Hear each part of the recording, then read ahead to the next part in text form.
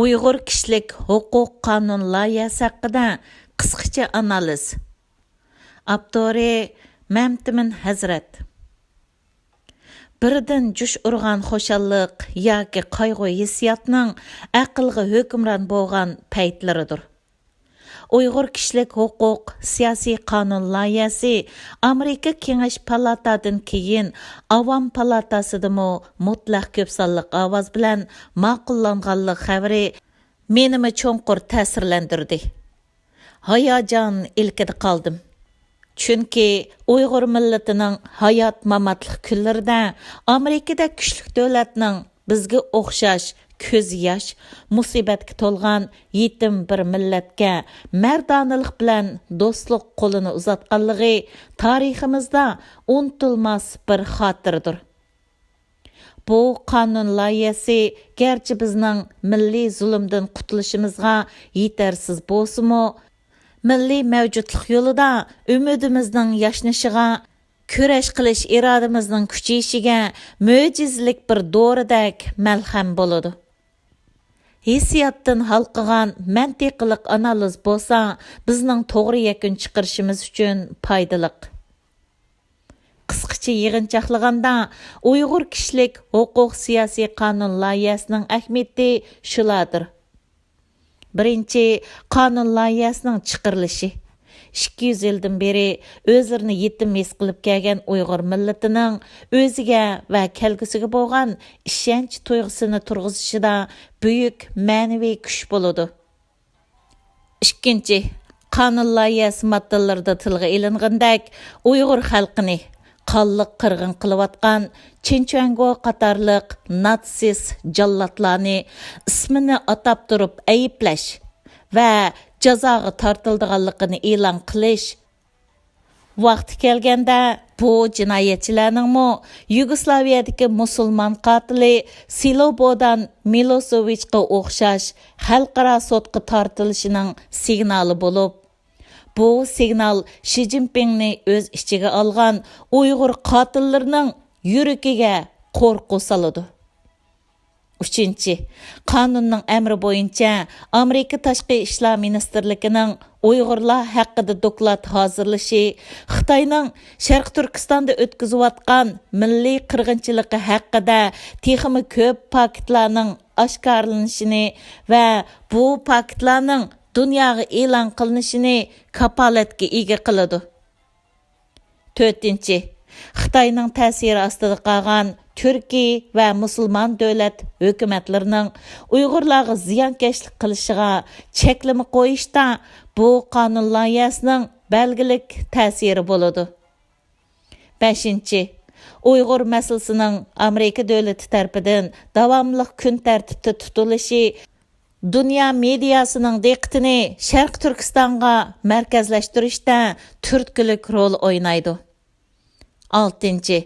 Bu qonunning amri bilan Amerika hukumati xuddi Tibet harakatiga qilganga o'xshash Uyg'ur harakatiga belgilik miqdorda iqtisod ajratadi. Bu xarajat chet elda Uyg'ur siyosiy harakatining bir markazga to'planishiga, Uyg'urlar orasidagi tashkilot paxalligiga xotima berishga, oramizdagi Uyg'ur milliy harakatini ojizlatishga, chertishga o'rnayotgan ziyonliq mikroblarning tozalanishiga, Uyg'ur siyosiy harakatining o'rtaq nishon uchun o'rtaq harakat qilishiga foydaliq, muhim va muqim moddiy manba bo'lib qoladi. 7. Bu qonun loyihasi buningdan keyin Amerika va boshqa g'arb davlatlarining Uyg'urlar haqida yangi ijobiy qadamlar elishiga turtki bo'ladi va Xitoy hokimiyatining xalqaro sahnalarda texmi yolg'iz qolishiga sabab bo'ladi. Ammo shunimi unutmasligimiz lozimki, bu qonunning ismi kishilik huquq qonun loyihasi. Xitoy hokimiyatini jazolash kuchi yo'q.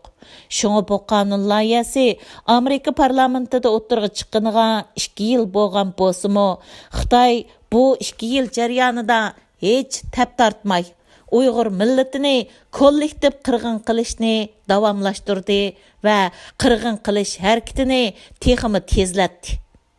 Bugunmu qirg'inchilikni to'xtatqani yo'q.